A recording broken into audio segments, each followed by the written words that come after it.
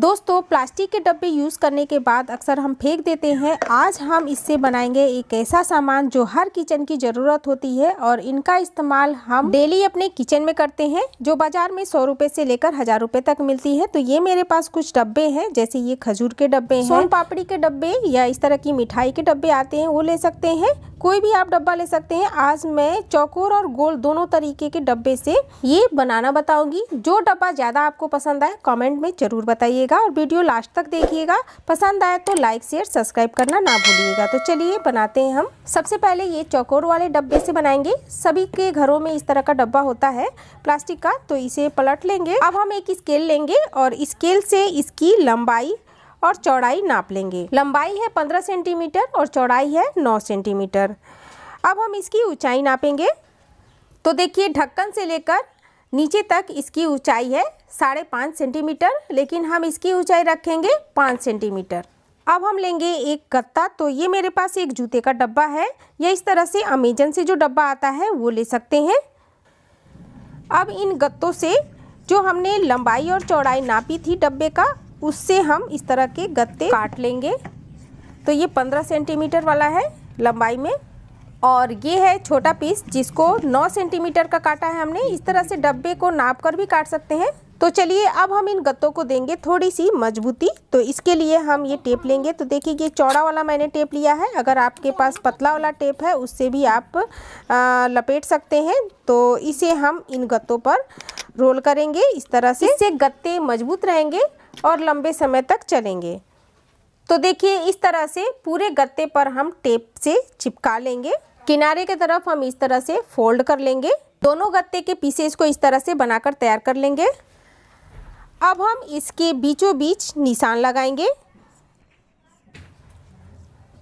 अब इसके आधे दूरी तक हम एक और निशान लगाएंगे इस तरीके से। दूसरे छोटे वाले टुकड़े पर भी हमने इसी तरह से निशान ये लगा लिया है आधी दूरी पर। अब हमने जहाँ तक निशान लगाया है वहाँ तक इन्हें कट कर लेंगे, दोनों टुकड़ों को। अब इन दोनों टुकड़ों को इस तरह से बीच में फंसा लेंगे। देखिए, ऊपर के टेप को हम इस तरह से काट लेंगे जिससे ये आसानी से चिपक जाए। अब हम 5 रुपये वाला ये फेविक्विक लेंगे और इसे इस तरह से इनके ऊपर लगाएंगे। ये देखिए, इनको लगाते हुए सावधानी बरतिएगा जिससे ये हाथ पे ना गिरे। इनके चारों किनारों पर भी हम लगा लेंगे। अब हम इसे डब्बे के अंदर फिट करेंगे। ये काम जल्दी और सावधानी से करिएगा क्योंकि फेविक्विक बहुत जल्दी सूख जाता है। अच्छे से इसे बराबर से सेट कर लेंगे और थोड़ी देर इसे दबा कर रखेंगे जिससे ये चिपक जाए। किनारे के तरफ भी हम थोड़ा थोड़ा फेविक्विक लगा लेंगे और ये ऊपर वाले हिस्से पर भी।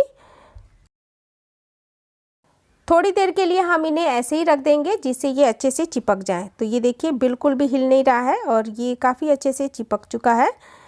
इसी तरह से मैंने ये गोल डब्बे का भी बनाया है, केवल 20 से लगाया है। 2 खाने का बनाया है। आप चाहें तो 4 खाने का भी बना सकते हैं, जैसे मैंने चौकोर डब्बे का बनाया था।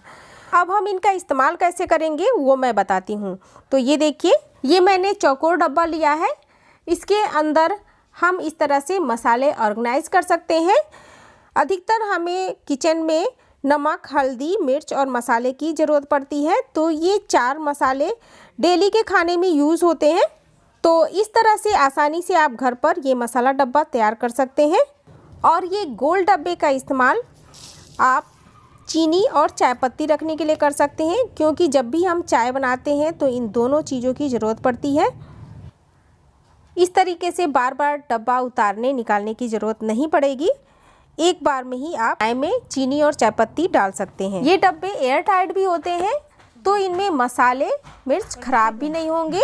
इन्हें इस तरह से डब्बे में भरकर ढक्कन लगाकर आप इन्हें ऑर्गेनाइज करके रख सकते हैं। तो फ्रेंड्स, बेकार प्लास्टिक के डब्बों से मसाला डब्बा बनाने का ये तरीका कैसा लगा और दोनों में से कौन सा ज़्यादा पसंद आया वो कमेंट में ज़रूर बताइएगा। फिर मिलते हैं एक नए यूज़फुल वीडियो के साथ। धन्यवाद।